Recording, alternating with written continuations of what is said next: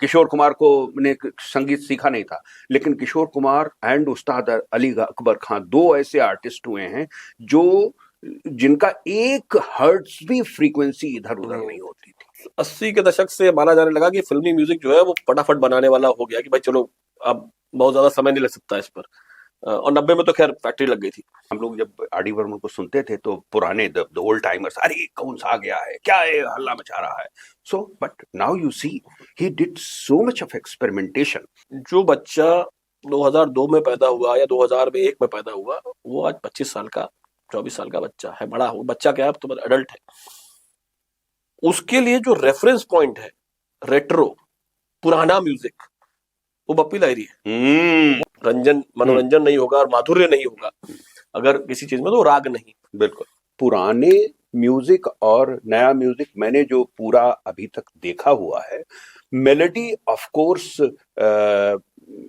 उसमें बहुत बड़ी कमी आई हुई है। कह रहे जब आरडी आए, हाँ उस समय की बात, तो आरडी बेकार थे। हाँ, उससे पहले के अच्छे थे। यस, फिर बप्पी आए तो आरडी अच्छे हो गए। एब्सोल्युटली, तो वो तो दुनिया का चलन है। देयर आर सॉन्ग्स जिनमें मेलोडिक स्ट्रक्चर नहीं है। नहीं का मतलब नहीं, निल। वो कौन से हैं? वो है रैप।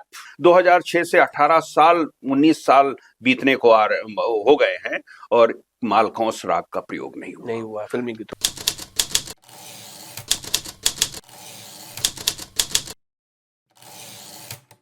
नमस्ते, हेलो एंड वेलकम।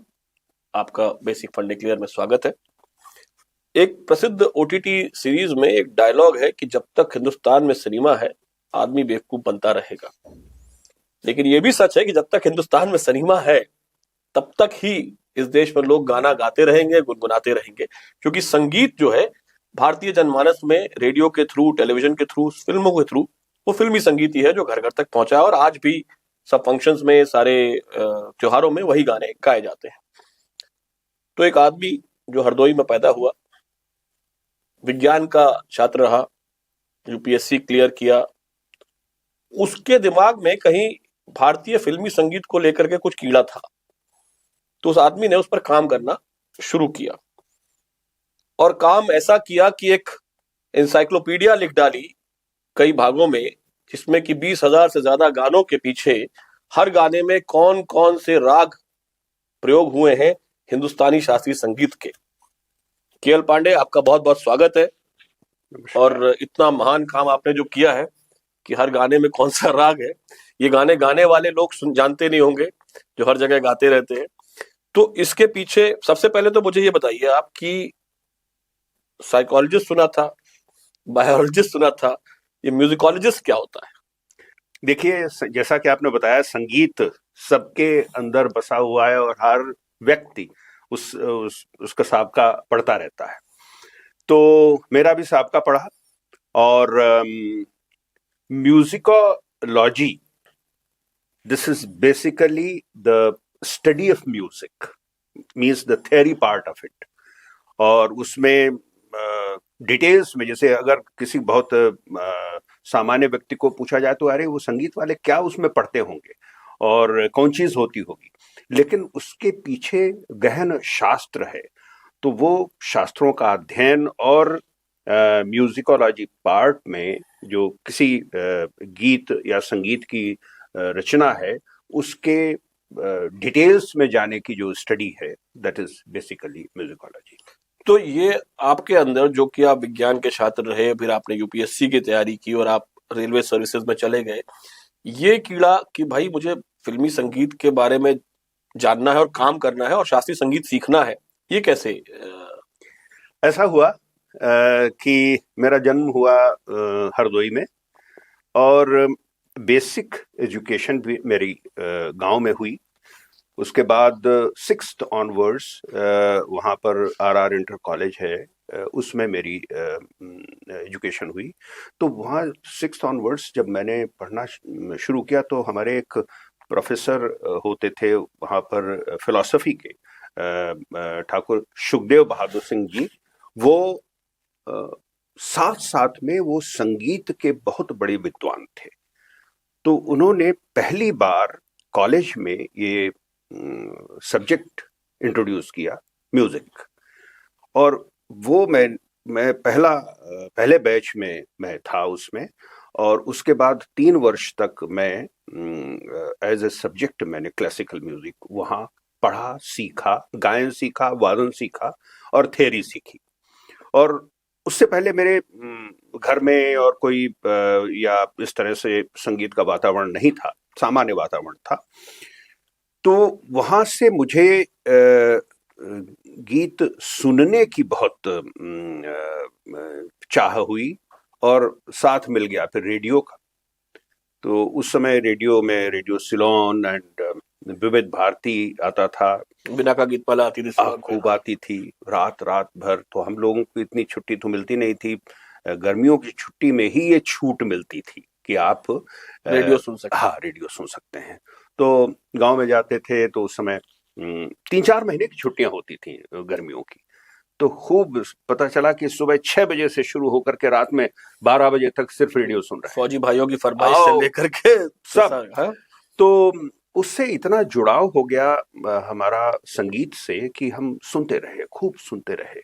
और फिर जो भी म्यूजिक प्रोग्राम्स होते थे उनको अटेंड करने जाते थे, देखने जाते थे। तो हमारा बहुत इंटरेस्ट उसमें हो गया। अब आगे चल कर के फिर इंटरमीडिएट किया, वहाँ से कॉलेज से फिर स्ट्रीम्स बदल जाती हैं। बीएससी किया यहाँ लखनऊ यूनिवर्सिटी से, एमएससी बायोकेमिस्ट्री में किया मैंने 1974 में।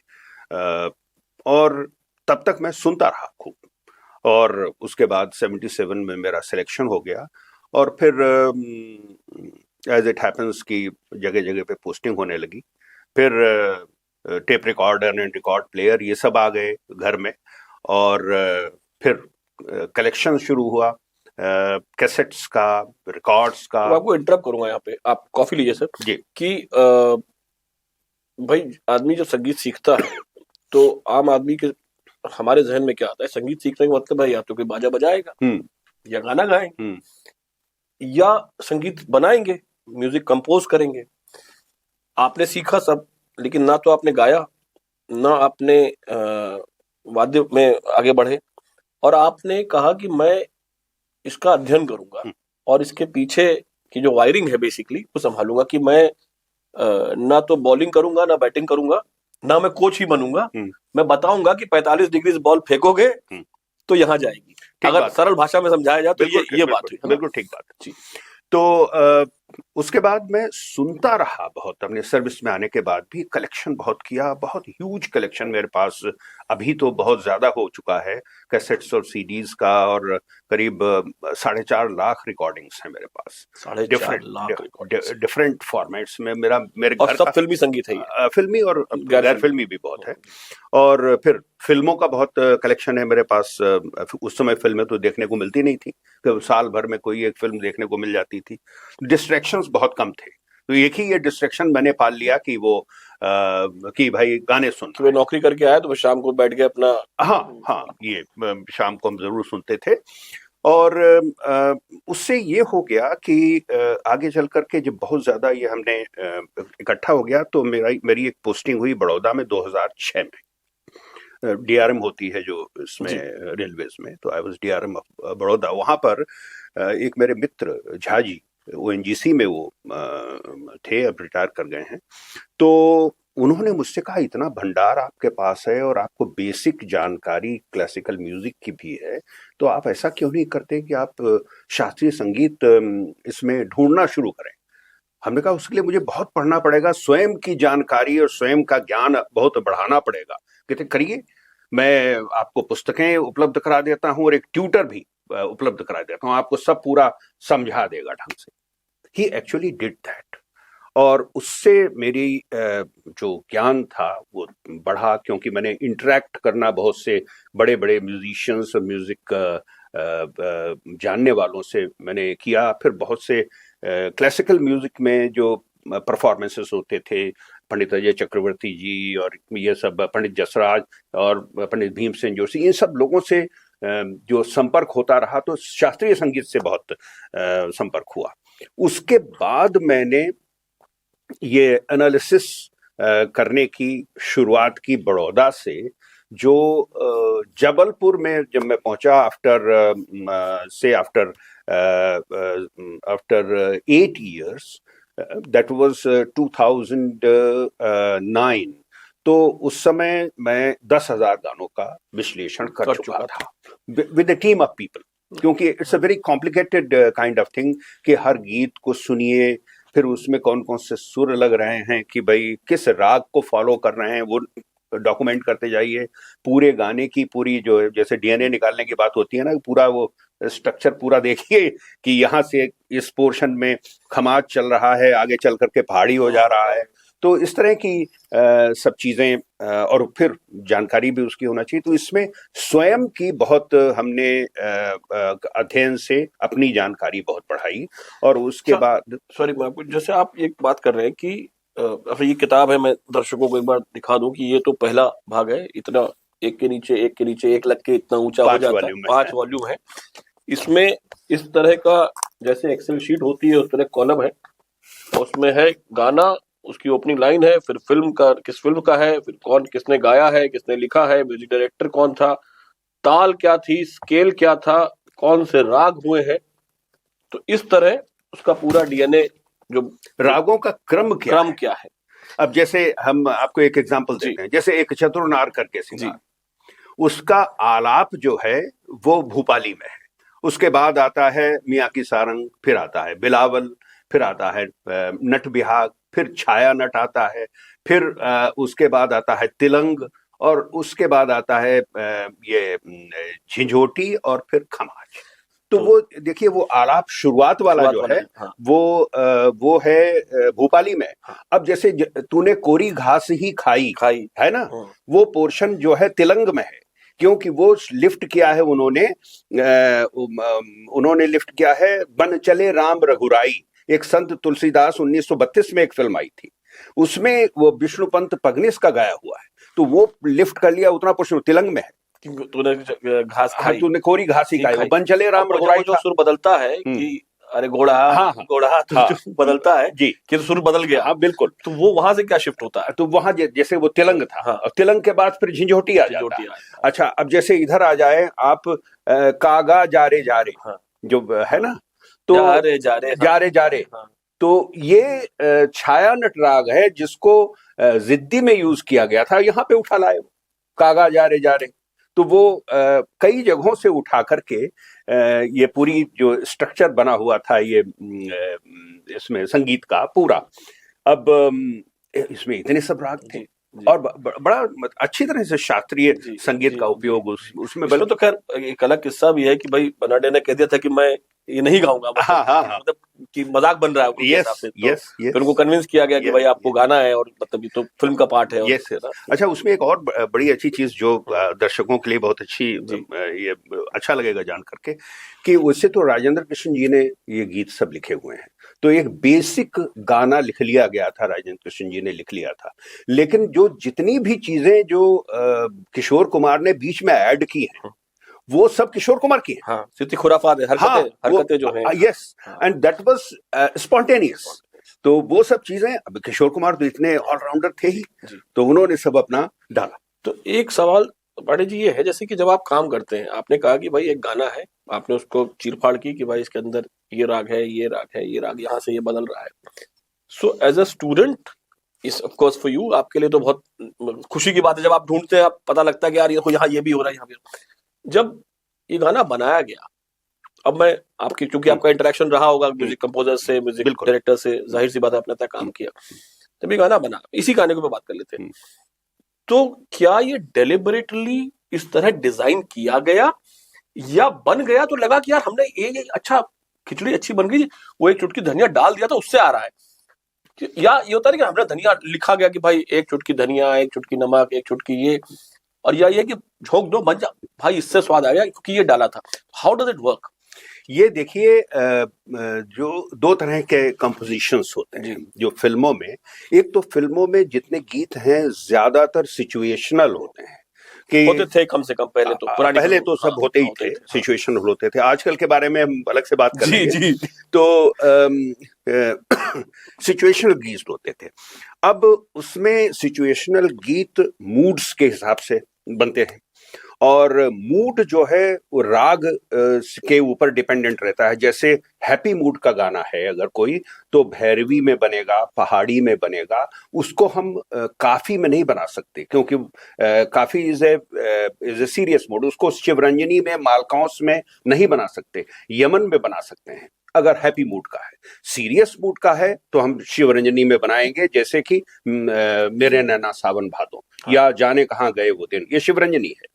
वो मेरे सनम दो जिस्म मगल एक जान है हम, या आवाज देके हमें तुम बुलाओ, मोहब्बत में इतना ना हमको सताओ, ये सब शिवरंजनी है। ये सब सीरियस मोड के हैं, तो इनको उस हिसाब से बनाते थे। तो ये जो म्यूजिक डायरेक्टर्स बनाते थे एज पर डिजाइन बनाते थे। रागों का यूज पुराने टाइम में ये सब गाने सोच लेता था म्यूजिक डायरेक्टर कि हमको इस राग में बनाने हैं, क्योंकि इफेक्ट मूड का इस राग में डालने के बाद ही आएगा। एक और हम एग्जांपल आपको देते हैं, जैसे लोरियां बनती थी, ललाबीज, तो इसमें लोरियों के लिए पीलू राग बहुत उपयुक्त है। पीलू में गंधार, धैवत, निषाद दोनों कोमल और शुद्ध स्वर लगते हैं। पूरे 12 स्वरों का उसमें प्रयोग होता है। 12 मतलब 7 स्वर शुद्ध और 5 विकृत स्वर माने जाते हैं, जो रेगा धानी 4 कोमल होते हैं और 1 तीव्र मध्यम होता है। तो सब मिलाकर के 12 स्वरों में ही पूरा संगीत होता है। तो आपका मैं कुछ पढ़ रहा था पहले भी, तो आपने ये भी बात कही कि जो वेस्टर्न म्यूजिक भी है वो भी इन्हीं 12 साउंड हाँ, सब इक्विवेलेंट है। जैसे सी, जो सा है वो वहां का सी है, तो और कोमल रे है वो सी शार्प है। तो ऐसे ऐसे करके आगे बढ़ते जाते हैं। तो पूरे 12 वहां भी हैं, सी शार्प, डी शार्प, ई, फिर उसके बाद ए शार्प, बी, फिर सी शार्प। तो इस तरह से आ जाते हैं। तो ये जो मूड के हिसाब से, जैसे मैं पीलू का बता रहा था, तो नौशाद साहब ने शबाब फिल्म 1954 में जो आई थी, तो उसमें एक लोरी उनको डालनी थी, चंदन का फलना रेशम की डोरी, झूला झूला में निंदिया उतरी, सुंदर थी। हेमंत कुमार जी और लता जी की आवाज में ये लोरी है। उसको बनाने के लिए नौशाद साहब ने पीलू राग प्रयोग किया। अब उसके बाद ज्यादातर लोरियां पीलू में बनी, जैसे कि धीरे से आ जा रही अखियन में निदिया आ जा रही आजा, ये अलबेला फिल्म की भगवान और गीता बाली की जो है 1952 की, तो उसमें भी यही यूज हुआ। लेकिन उसके बाद और भी बहुत सी जो लोरियां बनी, वो पीलू में ना होकर के कुछ खमाज में बनी, कुछ भैरवी में बनी। तो क्योंकि ये गाने, ये राग इस पर्टिकुलर मूड को सूट करते थे। तो पुराने टाइम में जितने गीत बनाए जाते थे, वो मूड के हिसाब से म्यूजिक डायरेक्टर डिसाइड कर लेता था, सिचुएशन के हिसाब से डिसाइड कर लेता था कि इस गाने को हमें इस राग में ढालना है। तो सर, लेकिन 90 के दशक में थोड़ा सा जंप करते वापस आएंगे उस बात पे। 90 के दशक में एक जब फिल्में आना शुरू हुई, तो मुझे याद है डेविड धवन का एक स्टेटमेंट था कि गाने अच्छे होने चाहिए, कहानी में तो मैं फिट कर लूंगा कहीं भी। ठीक बात। और ये उसी वक्त से शुरू हुआ। फिर एक ट्रेंड शुरू हुआ कि एक नाचने वाला गाना चाहिए, जिसे आइटम नंबर बोला जाने लगा, कि कुछ एक झिंचक टाइप का गाना हो जिसमें कि लोग थिरकें, डिस्को में बजे, और देख लेंगे कहीं फिल्म में, तो मूड तो देख लेंगे, कहीं भी डाल देंगे। तो क्या होता था, कहानी चल रही एकदम से फिर वो मतलब बंबई की सड़क से उठ के कहीं पहुंच जाते थे, पहाड़ों पे गाना गाते थे, फिर वापस आ जाते थे, और उसका मूड से, कहानी की मांग से कोई लेना देना नहीं था। उस वक्त भी संगीत जो बना, अच्छा अब 90 के दशक का एक गाना ले लेते हैं कि मैं तो रास्ते से जा रहा था, मान लीजिए कि भेलपुरी खा रहा था, उस तरह के जो गाने थे। और उसके बाद मैं अभी और 20 साल बाद आऊंगा, जो 2000 में जो गाने बन रहे, क्या सवाल वापस वही जाता हूँ कि उस नौशाद साहब थे, खयाम साहब थे, शंकर जयकिशन थे, कल्याण जी थे, कल्याण जी आनंद जी थे, वनराज भाटिया थे, रवि थे। ये मैं मान सकता हूँ कि उस वक्त, हाँ, हर एक गाने पे, जैसे कश्मीरी से 40 साल में एक बार आता, हर गाना में मेहनत होती थी।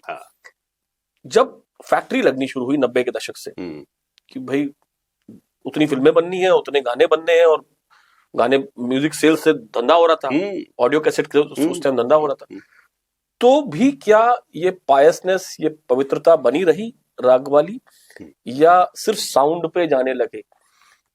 स्वर तो 12 ही है जो आपने कहा, लेकिन क्योंकि आपने इतना अध्ययन किया है और आपने, तो मैं ये सवाल बहुत सही पूछा आपने। देखिए, मैं पहले तो उस चीज को कंप्लीट कर लूं कि जो एज पर डिजाइन और फिर अभी जो है बाय डिफॉल्ट आ रहे हैं। बाय डिफॉल्ट क्योंकि किसी भी संगीत रचना को बनाने के लिए राग तो आएंगे ही, बिना उसके वो तो ग्रामर है, रंजयति इति रागम, यानी मन को रंजन करने के लिए जो स्वरों का संयोजन है उसी को राग कहते हैं, तो वो तो होना ही है। अब वो आजकल के गानों में इवन सॉरी टू से इवन म्यूजिक डायरेक्टर्स को भी पता नहीं है कि इसके अंदर क्या है। कतिया करूं एक कितना बढ़िया गाना है, रहमान का है। हाँ, तो उसके अंदर ये राग मुल्तानी आ गया है थोड़ी देर के लिए। अब वो हर्षदीप कौर का है शायद वो, तो उसने इंटेंशनली गाया या गाग उसमें आ गया अपने हिसाब से। बहुत से ऐसे गीत हैं जिनमें अपने आप आ जाता है। एक रामलीला फिल्म में है लाल इश्क, बहुत ही कॉम्प्लिकेटेड वो है कॉम्पोजिशन, और उसके बीच में रागनंद है, और रागनंद का थोड़ा सा प्रयोग कर हो गया है उसमें, लेकिन रागनंद तो तू जहां जहां चलेगा मेरा साया साथ होगा, और वो मतलब माइलस्टोन नंद माना जाता है वो, और नंद के प्रयोग बहुत कम हुए हैं। तो भंसाली तो म्यूजिकली एजुकेटेड है ना, yes, मतलब yes, उनको yes, तो नॉलेज है। yes. तो अच्छा, संजय लीला भंसाली के बारे में एक और हम आपको बताते हैं कि एक राग होता है अहीर भैरव, मॉर्निंग का होता है, बड़ा सीरियस राग होता है, जिसको हम दिल दे चुके सनम में यूज किया ये अलबेला सजन आयोरी, वो जो बहुत ही सीरियस मूड का उसको यूज किया। लेकिन अब संजय लीला भंसाली को यही बंदिश यूज करनी थी बाजीराव मस्तानी में, लेकिन मूड दूसरा था। अब यहाँ बाजीराव जो है रण क्षेत्र से लौटे हैं और जीत करके लौटे हैं, तो वो सीरियस मूड का नहीं हो सकता था, but he wanted the same words. So what did he do कि उन्हीं वर्ड्स को उन्होंने राग भूपाली में डाल दिया, और इतना सुंदर बन गया है वो भूपाली। उसके अंदर भूपाली देशकार दोनों मिलाकर के है, सारेगामापा 5 स्वरों का, और जबकि अहीर भैरव संपूर्ण राग होता है, कोमल ऋषभ कोमल ऋषाद उसमें लगते हैं, वो सीरियस मूड का, ये हैप्पी मूड का। देखिए इस तरह से चेंज अपने एक्सपेरिमेंट के हिसाब से लोग कर लेते हैं, अपने एडजस्ट करने के लिए कर लेते हैं। जी। तो एक जो बात मैं कह रहा था कि आप सही कह रहे हैं कि भाई उसके बाद तो ये हुआ कि गाना बन रहा तो राग तो होगा ही, और स्वर 12 ही है। तो आपकी रिसर्च में अगर मैं आपसे पूछूं कि 20,000 से ज्यादा गानों पे आपने काम किया है, सबसे कम या सबसे मुश्किल राग जो सबसे कम प्रयोग हुआ, क्योंकि 80 के दशक से माना जाने लगा कि फिल्मी म्यूजिक जो है वो फटाफट बनाने वाला हो गया कि भाई चलो अब बहुत ज्यादा समय नहीं लग सकता इस पर, और 90 में तो खैर फैक्ट्री लग गई थी। सबसे कम और फिर सबसे ज्यादा कौन सा राग सबसे आसान जो कि हर जगह फिट हो जाता है, और उनके आपके फेवरेट गाने अगर एक एक गाना बताएं मुझे, बिल्कुल तो मुझे लग रहा है बहुत इंटरेस्टिंग। बिल्कुल। देखिए ऐसा है कि कैसे ये चेंज आया, मैं आपको थोड़ा सा बताता हूँ इसके बारे में। 30 के दशक में, क्योंकि 31 में सबसे पहले आलामारा बनी थी, 30 के दशक से लेकर के फिल्मों में गीतों का प्रयोग शुरू हुआ, टॉकी फिल्म्स में। तो खुद ही गाते थे, तो लाइव गाते थे, उस समय गाते थे, और उस समय एक गाना एक राग पे होता था, यानी वो उसमें डेविएट नहीं करते थे, वो प्योर क्लासिकल म्यूजिक का प्रयोग उसमें रहता था। सन 32 में माधुरी फिल्म आई जिसमें पहला रिकॉर्ड बना, विनायक राव पटवर्धन जी उसके हीरो थे, जो द ग्रेट ये क्लासिकल वोकलिस्ट, और वही हीरो थे, और उन्होंने ही पहला रिकॉर्ड जो बना है वो फिल्मी, वो माधुरी का बना। उसके आगे धीरे धीरे करके 40 के दशक तक ये ट्रेंड चालू रहा, लेकिन शुरुआत जब होती है 49 में, मैं मानता हूँ, बरसात, जब शंकर जंक्शन आए, और नौशाद साहब तो 47 में ही आ गए थे, और 39 में ही ये अनिल विश्वास आ गए थे, तो उससे पहले तो ये सब थोड़ा एक्सपेरिमेंटेशन। प्लेबैक भी उसी टाइम आया था ना, 40 के, प्लेबैक भी 40 के आसपास ही। हाँ, प्लेबैक 36 में आ गया था, तो इसलिए वो धूप छांव में आया था, तो इसलिए ये चीज एक राग बढ़कर के फिर 2 राग हो गए, 2 रागों का प्रयोग होने लगा। फिर उसके बाद 50s तक ये चलता रहा। कुछ ऐसे राग हैं जो कि साउथ से नॉर्थ में आए, वो पहले थे ही नहीं यहाँ पे। अब जैसे पुराने गीतों को हम अगर 30 के दशक में देखें तो हमको मालकौंस मिल जाएगा, हमको बहार मिल जाएगा, हमको काफी मिल जाएगा, और ये तिलंग मिल जाएगा और छायांडट मिल जाएंगे, ये सब मिल जाएंगे, लेकिन हमको शिवरंजनी नहीं मिलेगा, हमको पहाड़ी भी नहीं मिलेगा उस समय, और हमको जो बाद को आने वाले हैं चारुकेशी नहीं मिलेगा, कीरवानी नहीं मिलेगा, ये सब बाद को आए हैं जो 50s से शुरुआत हुई है उनके आने की। उसके बाद चलते चलते जब आप पहुंचते हैं 70s तक, तो उस समय डिफरेंट रागों का अपना यूज था। पहाड़ी राग बहुत यूज होता था, भैरवी खूब यूज होता रहा, और अलग अलग संगीतकार अपने अलग अलग उनके फेवरेट राग भी थे। जैसे शंकर जयकिशन सबसे ज्यादा भैरवी यूज करते रहे, किरवानी यूज करते रहे। कल्याण जी आनंद जी को चारुकेशी बहुत पसंद था, रोशन साहब को यमन बहुत पसंद था, वो बहुत यूज किया उन लोगों ने, और खयाम साहब को पहाड़ी बहुत पसंद था, तो पहाड़ी बहुत ज्यादा उन्होंने यूज किया। इस तरह से करते करते जब हमारे जो एकॉस्टिक इंस्ट्रूमेंट्स हैं उन पर कंपोजिशन 90 तक के आने तक चलता रहा, मशीनों से पहले। हाँ, लेकिन जैसे ही ये सिंथेसाइजर आता है, सिंथेसाइजर आने से पूरी जो आपने कहा ना कि जो इंडस्ट्री, जो factory, so that started actually. Now what happens is, हमें ऑर्केस्ट्रा होता ही नहीं है। हाँ, अब बहुत ये तकलीफ होती है जब कहीं हमें तो एकॉस्टिक्स इंस्ट्रूमेंट्स के ऊपर कहीं अगर सुनने को मिल जाता है तो बहुत एंजॉय करते हैं। Instead of that, you know, most of the people they mechanical song, yes, वो आजकल तो लैपटॉप पे लेकर वो अपना करना चालू कर देते हैं ऑन द ट्रैक्स।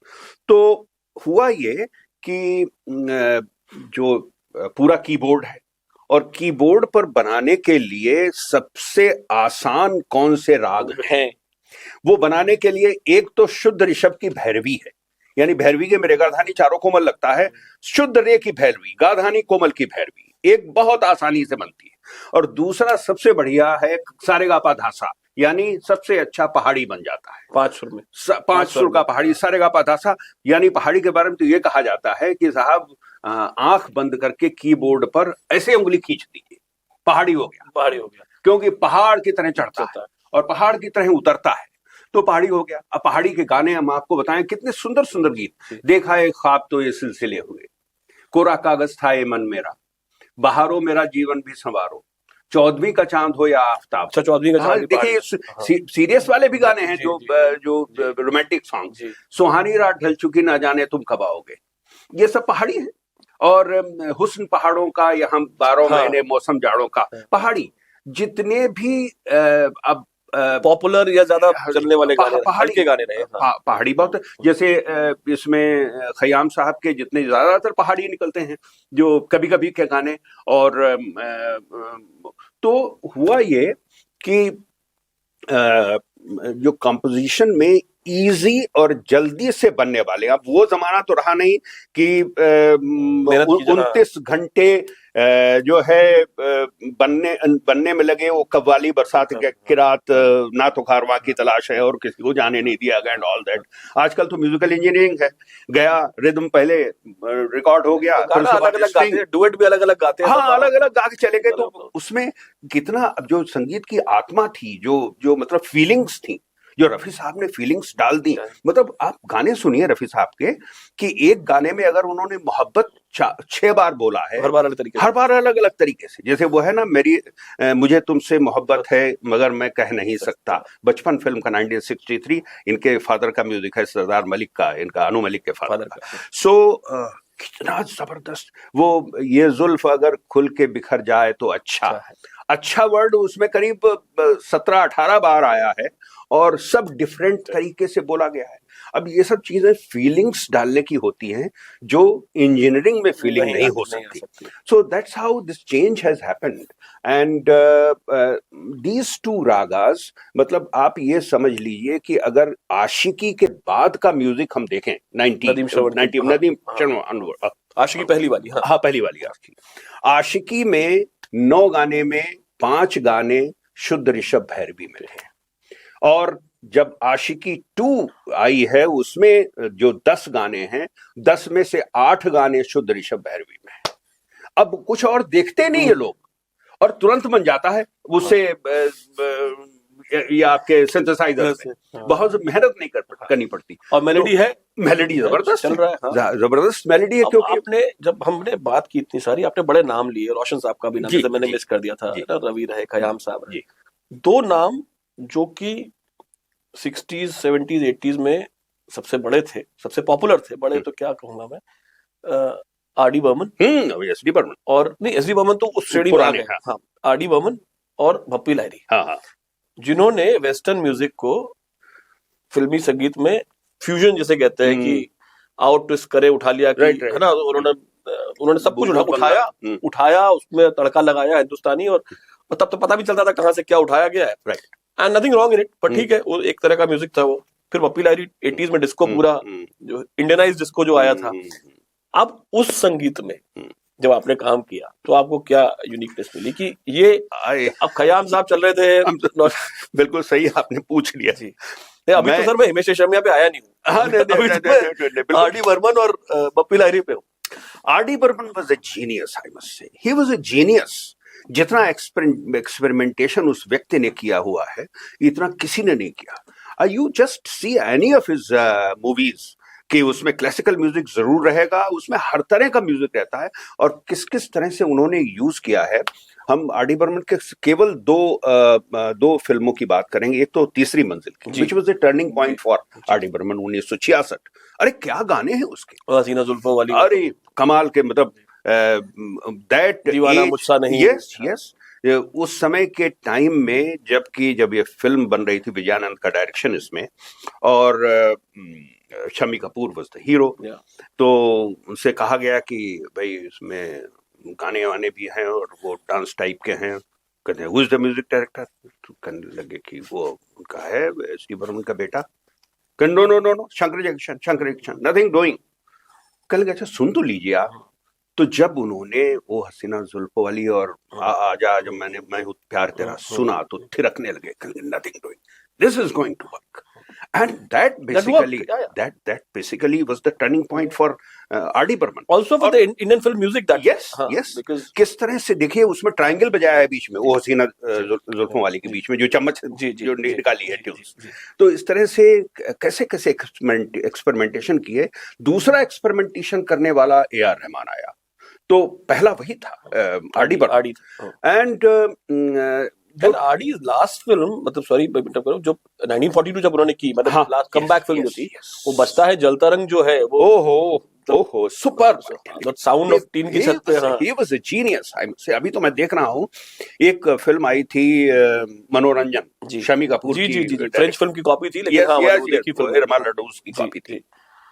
नाउ उसमें एक गाना है, आया हूं मैं तुझको ले जाऊंगा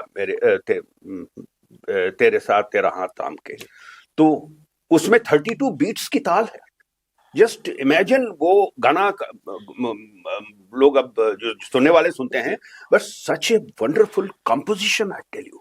and R D. Burman so experimentation करते रहे। उस समय हम लोग जब आर.डी. बर्मन को सुनते थे, तो पुराने द ओल्ड टाइमर्स, अरे कौन सा आ गया है, क्या है, हल्ला मचा रहा है।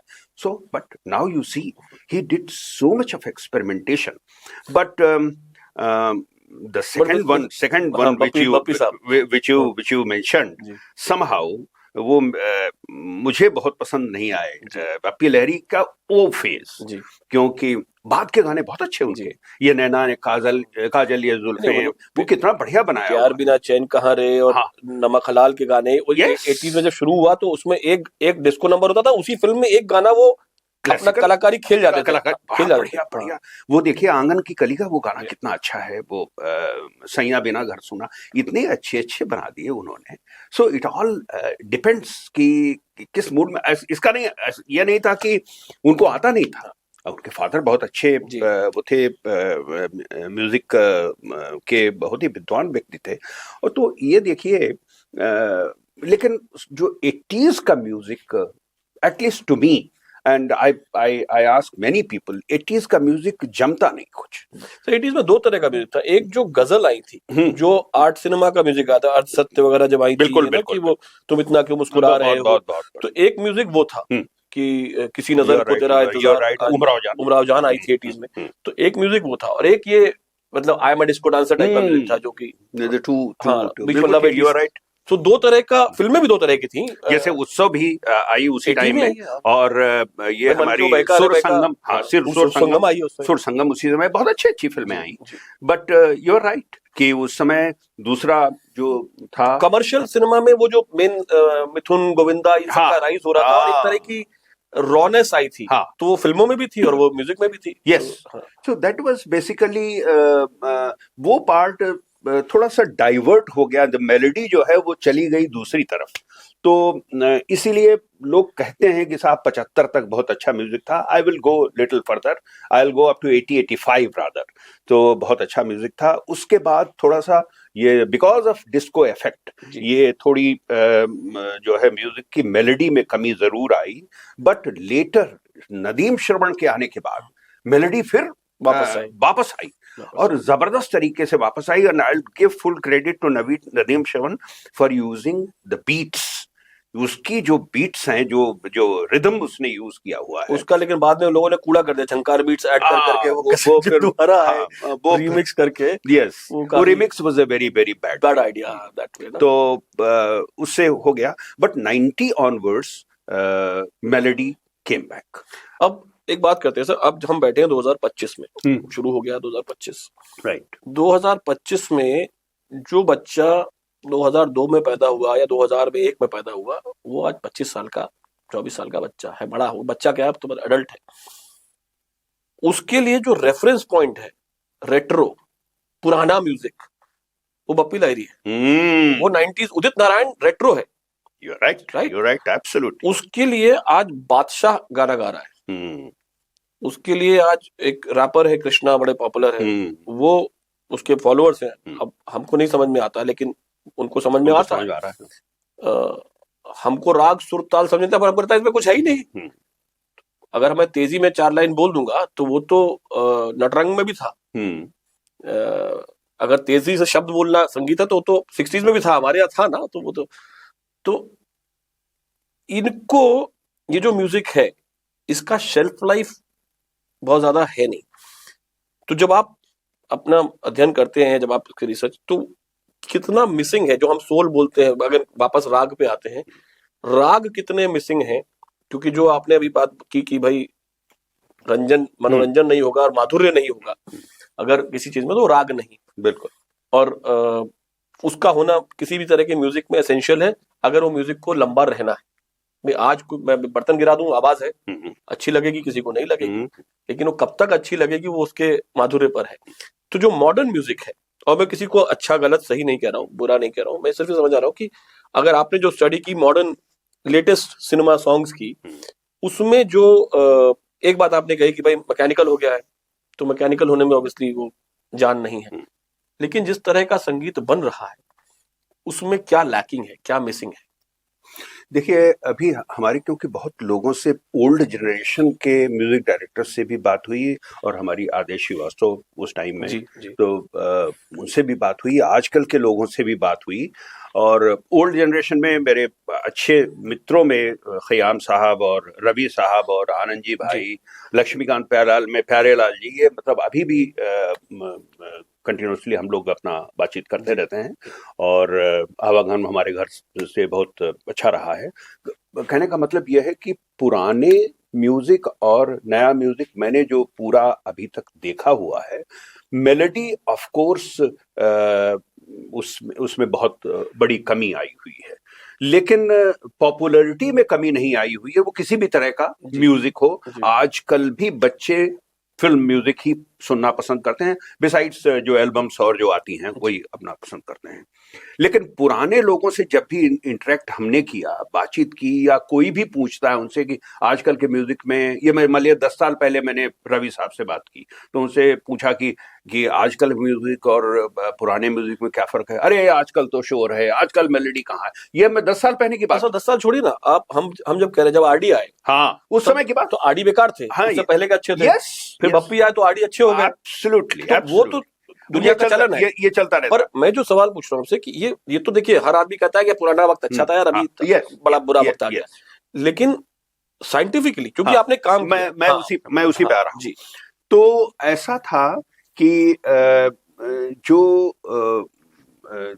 जो गाने बनते थे और आगे बने, जैसे नदीम श्रवण ने बनाए या इस्माइल दरबार ने बनाए या जो आगे संजय लीला बंसाली ने बनाए, जो मेलोडिक स्ट्रक्चर्स जिन्होंने मेंटेन किया वो पॉपुलर हुए और उनकी शेल्फ लाइफ भी अच्छी रही। लेकिन देर आर सॉन्ग्स जिनमें मेलोडिक स्ट्रक्चर नहीं है। नहीं का मतलब नहीं, निल। वो कौन से हैं? वो है rap is not based on any raga, मतलब that is one kind of, I am not talking of disco is based on raga, मतलब कोई कॉम्प्लिकेटेड राग नहीं है, लेकिन ये तो रिदमिक स्ट्रक्चर है। 1 2 3 4 1 2 3 4 बीट्स के ऊपर शब्द डाले गए हैं। और full credit to all those lyricist, पता नहीं क्या क्या लिखते हैं भाई, क्या क्या बन जाता है। बोल देते हैं, आधी बात समझ में नहीं आती, ठीक है तो कुछ भी लिख दीजिए, चल जाता है। तो बच्चों को पसंद आ रहा है। वो आजकल जैसे वो जमाने के साथ ये सब चीजें चलती हैं, तो ये भी चलता है। But still there are good songs which are being made even now. उसके साथ में एक बहुत बड़ी कमी हो गई है, हमारा जो शास्त्रीय संगीत और अच्छा संगीत, माधुर्यपूर्ण संगीत 2 या 3 तरह की फिल्मों में बहुत आता था। पहली फिल्म ऐतिहासिक, उसमें आप डिस्को नहीं डाल सकते, या दूसरी फिल्म भक्ति प्रधान, डिवोशनल, या जो हमारी पौराणिक फिल्में बनती थी उनमें भी आप नहीं डाल सकते। लेकिन इतने अच्छे अच्छे क्लासिकल म्यूजिक के पीसेस और dances and everything you find in them.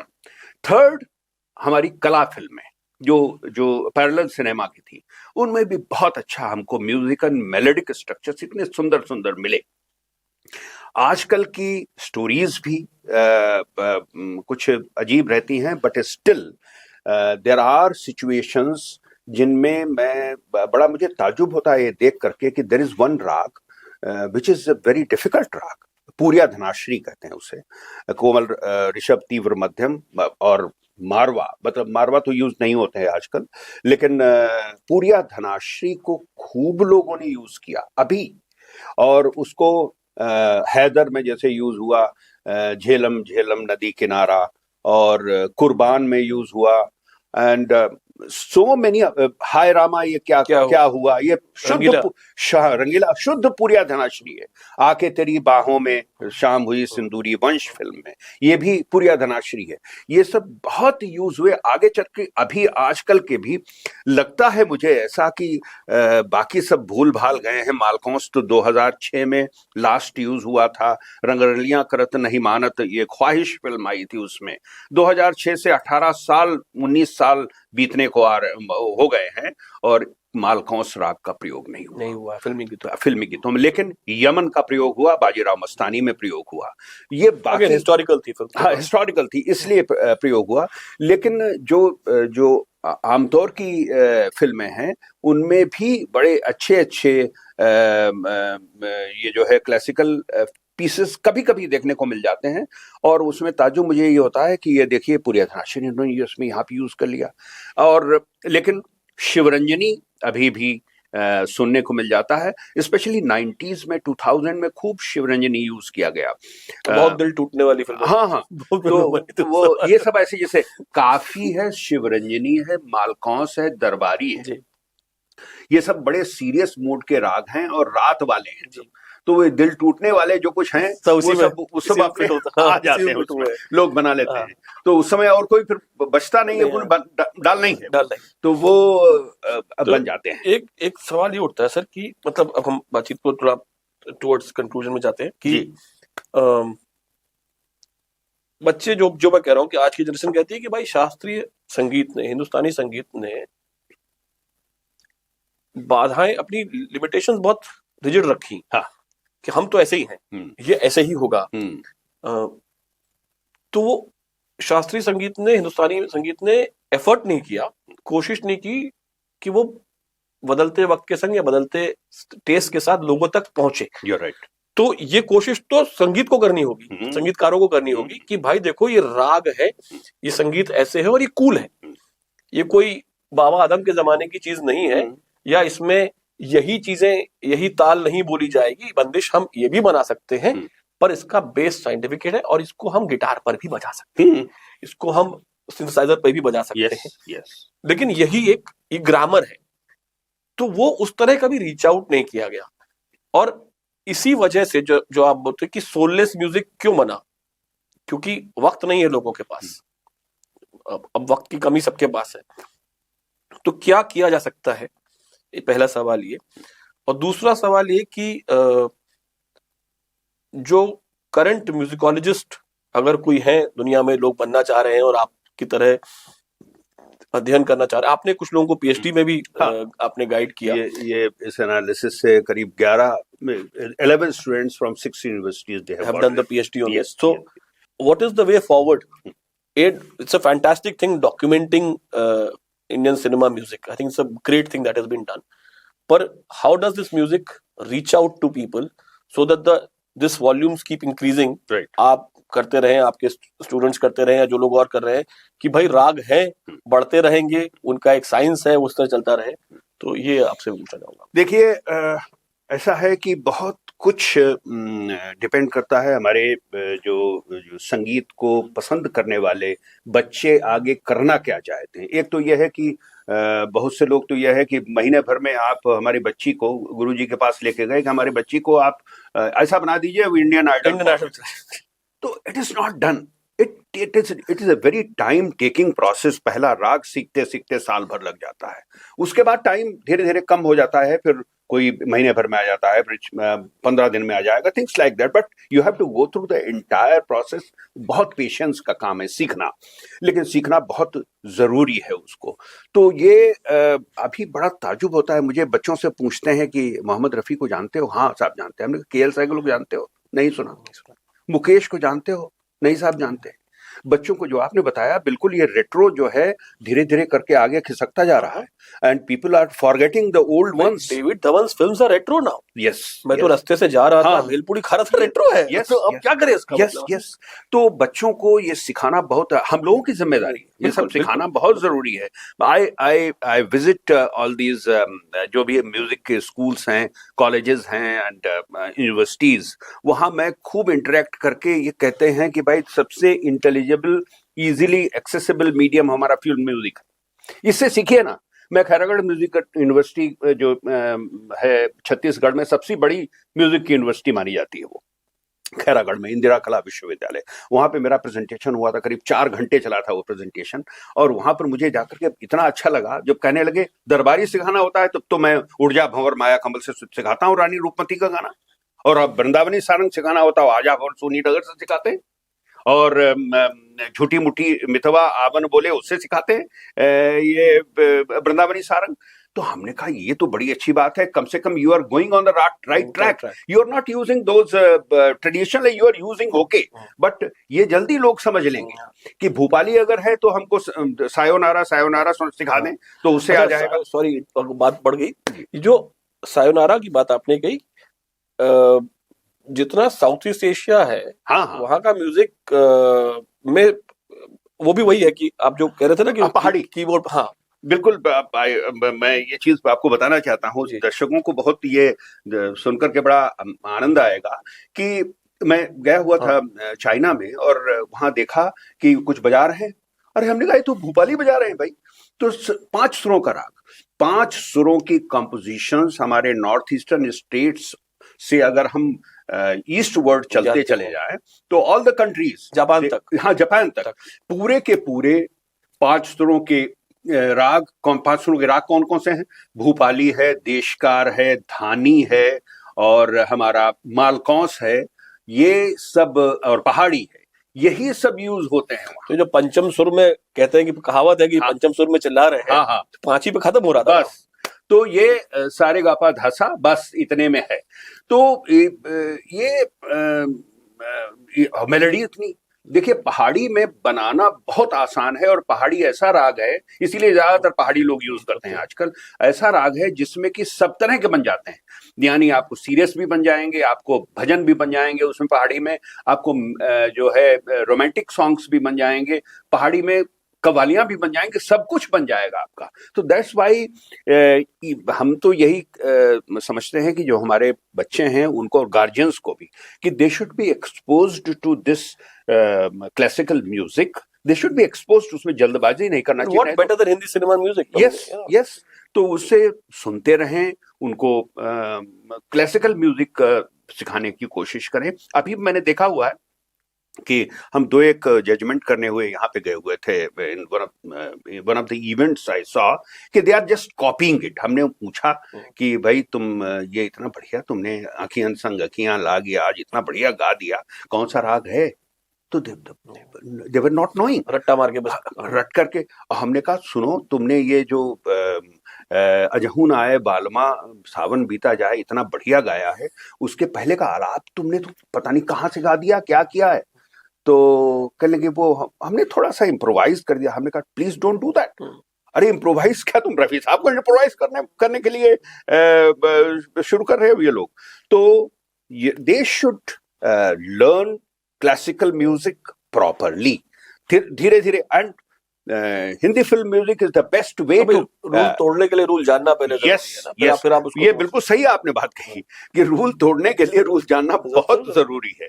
और अगर उसका बड़ा सिंपल सी चीज है, देखिए 7 सुरों की यात्रा जो है उसका एक पाथ बना हुआ है, या तो उसको लड़खड़ाते हुए चलिए या उसके ऊपर कदम रखते हुए चलिए। क्या बात, तो कदम रखते हुए चलेंगे तो बढ़िया बनेंगे। आप कोई भी देखिए, सुनिधि चौहान और दूसरी कौन, श्रेया घोषाल, दोनों में अगर तुरंत आपको फर्क पता चल जाता है कि एक क्लासिकल ट्रेंड है और दूसरे ने बात को सीखा है, but it is not as classically trained as Shreya Ghoshal, तो वो तुरंत आपको पता चल जाता है कि। और ये चीज तो कोई भी बता सकता है, जैसे कि उसको कोई क्लासिकल म्यूजिक जानने की जरूरत नहीं है। जो आप उस समय कह रहे थे कि किसी भी कंपोजिशन, किसी भी परफॉर्मेंस को देखने के बाद आपको नहीं आता है classical music, but still you will your decision will not be wrong कि ये किसने अच्छा गाया। हाँ, सुनने में क्या है। ये बड़े तगड़े रिसेप्टर्स ऊपर वाले ने दे रखे हैं, इससे बढ़िया कोई रिसेप्टर बना ही नहीं। मतलब जो ट्यूनर होता है ना, जिससे वो जो फ्रीक्वेंसी मापते हैं, जैसे कहा जाता है ना कि किशोर कुमार को ने संगीत सीखा नहीं था, लेकिन किशोर कुमार एंड उस्ताद अली अकबर खान 2 ऐसे आर्टिस्ट हुए हैं जो जिनका 1 हर्ट्ज भी फ्रीक्वेंसी इधर उधर नहीं होती थी। माँ अगर उनको करना है तो वो सीधा 320 हर्ट्ज पे हिट करता था। तो इस तरह से लोग, ये तो हमारा कान और हमारा गला, ये सब जो इंस्ट्रूमेंट्स दिए हुए हैं, इनको पहचानने की जरूरत है। बच्चों में खूब जरूर सिखाना चाहिए ये शास्त्रीय संगीत, ताकि ये सब भूले नहीं भाई, कि वहीं पे नहीं रुक जाएं कि बप्पी लहरी ऑनवर्ड सब, उसके पहले कितना दे दिया है लोगों ने, कितनी रिच हेरिटेज है हमारी। तो कहते हैं कि साहब जिंदगी में और सिनेमा में एक ही फर्क होता है कि जिंदगी में बैकग्राउंड म्यूजिक नहीं होता है। तो जिंदगी में थोड़ा बैकग्राउंड म्यूजिक ऐड करें, जब भी रहे पीछे हिंदी फिल्मों के गाने बजाएं। कुछ नहीं तो आपको ना समझ में आए कौन सा राग है तो कोई बात नहीं है, उसके लिए पांडे जी हैं, ठीक है, किताब पढ़े, लेकिन जिंदगी में थोड़ा संगीत जोड़े, खुश रहे। और उम्मीद करते हैं कि हिंदुस्तानी संगीत और फिल्मी संगीत को लेकर के बेसिक फंडे आपके क्लियर हो गए होंगे। नमस्ते। नमस्कार।